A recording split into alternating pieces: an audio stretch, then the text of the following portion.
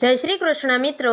તો આજે આપણે મહાદેવના 12 જ્યોતિર્લિંગમાં 9મા સ્થાને આવતા વૈદ્યનાથેશ્વર જ્યોતિર્લિંગનો ઇતિહાસ અને ત્યાં વૈદ્યનાથેશ્વર જ્યોતિર્લિંગની ઉત્પત્તિ કેવી રીતે થઈ હતી તે જાણીશું। વૈદ્યનાથેશ્વર મંદિર ભારતના 12 જ્યોતિર્લિંગોમાં 9મું સ્થાન ધરાવે છે। વૈદ્યનાથ જ્યોતિર્લિંગ ઝારખંડ રાજ્યના દેવઘર જિલ્લામાં આવેલું છે, જેને વૈદ્યનાથ ધામ, બાબાધામ કે વૈદ્યનાથેશ્વર પણ કહેવામાં આવે છે। દેવઘર એક એવું પાવન તીર્થ છે જ્યાં ભગવાન શિવનું એક અગ્નિમય જ્યોતિર્લિંગ અને દેવી શક્તિનું શક્તિપીઠ બંને એક સાથે વસે છે।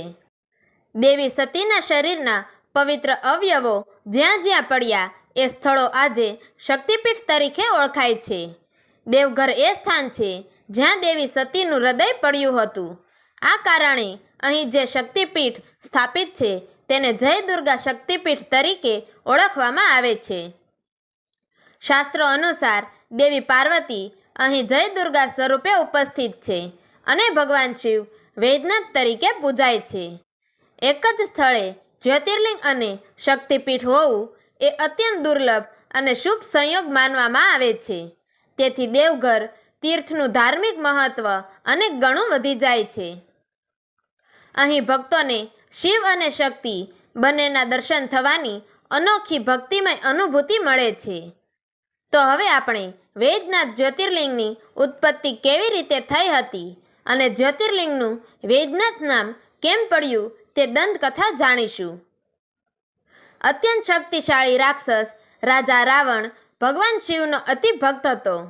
તે ચાહતો હતો કે ભગવાન શિવ તેની લંકા નગરીમાં નિવાસ કરે, જેથી લંકા અવિનાશી બની જાય। પોતાના લક્ષ્ય માટે રાવણે ખૂબ જ કઠોર તપ કરવાનું શરૂ કર્યું। એકવાર તેણે તપશ્ચર્યામાં પોતાના એક પછી એક મસ્તક કાપીને ભગવાન શિવને અર્પણ કરવાનું શરૂ કર્યું। જ્યારે તે 9 મસ્તક કાપી 10મું મસ્તક કાપવા જઈ રહ્યો હતો ત્યારે ભગવાન શિવ તેની તપસ્યાથી પ્રસન્ન થયા અને રાવણને રોકી દીધો। ભગવાન શિવે રાવણના કપાયેલા 9 મસ્તક ફરીથી જોડી તેનો ઉપચાર પણ કર્યો। શિવજીએ રાવણની તપસ્યાથી પ્રસન્ન થઈને તેને વરદાન રૂપે શિવલિંગ આપ્યું, પણ સાથે કહ્યું કે આ શિવલિંગને કોઈ પણ કારણસર જમીન પર મૂકવું નહીં, અને જો એકવાર લિંગને જ્યાં જમીન પર મૂક્યું તો તે ત્યાં જ સ્થાયી થઈ જશે। ભગવાન શિવના આ વરદાનથી દેવતાઓ ચિંતિત થયા।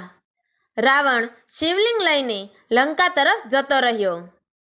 અવિનાશી લંકાને લઈને ચિંતિત દેવતાઓ ભગવાન વિષ્ણુ પાસે ગયા અને કહ્યું કે પ્રભુ, રાવણ લિંગને લંકા લઈ જશે તો પછી દુનિયામાં અંધકાર ફેલાઈ જશે, કૃપા કરીને તેને રોકો।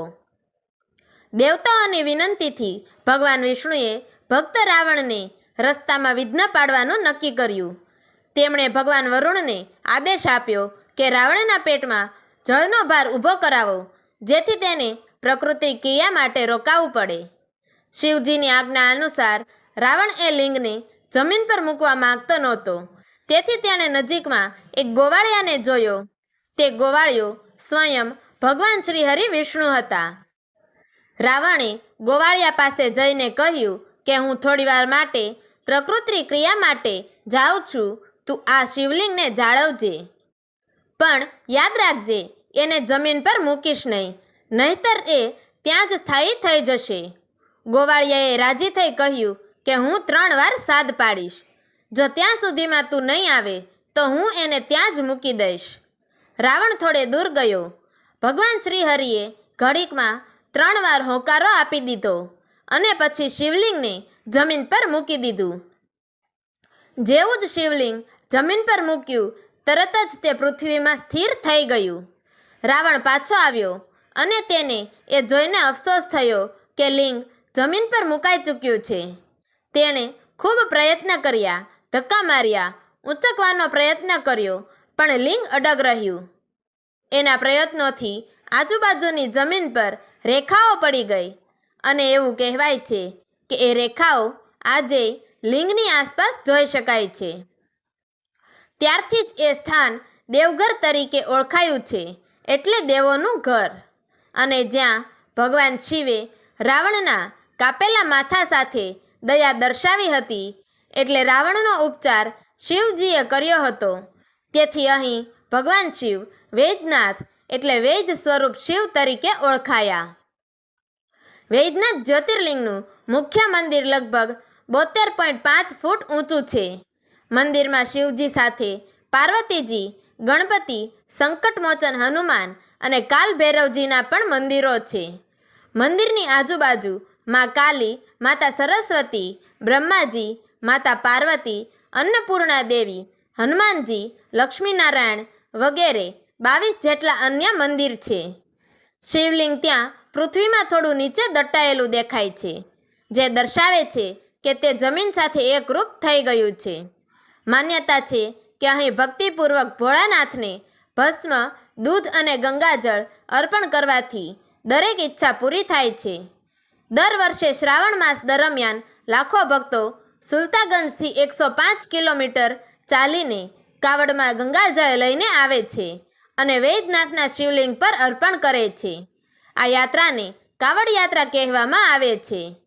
એવી માન્યતા છે કે એક વખત કાવડ લઈને જે અહીં આવે છે અને ભક્તિથી જળ અર્પણ કરે છે, તેની સર્વ ઈચ્છાઓ પૂરી થાય છે. ભક્તો માને છે કે વૈદ્યનાથ ધામના દર્શનથી વ્યક્તિને આધ્યાત્મિક શાંતિ, મોક્ષ અને સૌભાગ્ય પ્રાપ્ત થાય છે.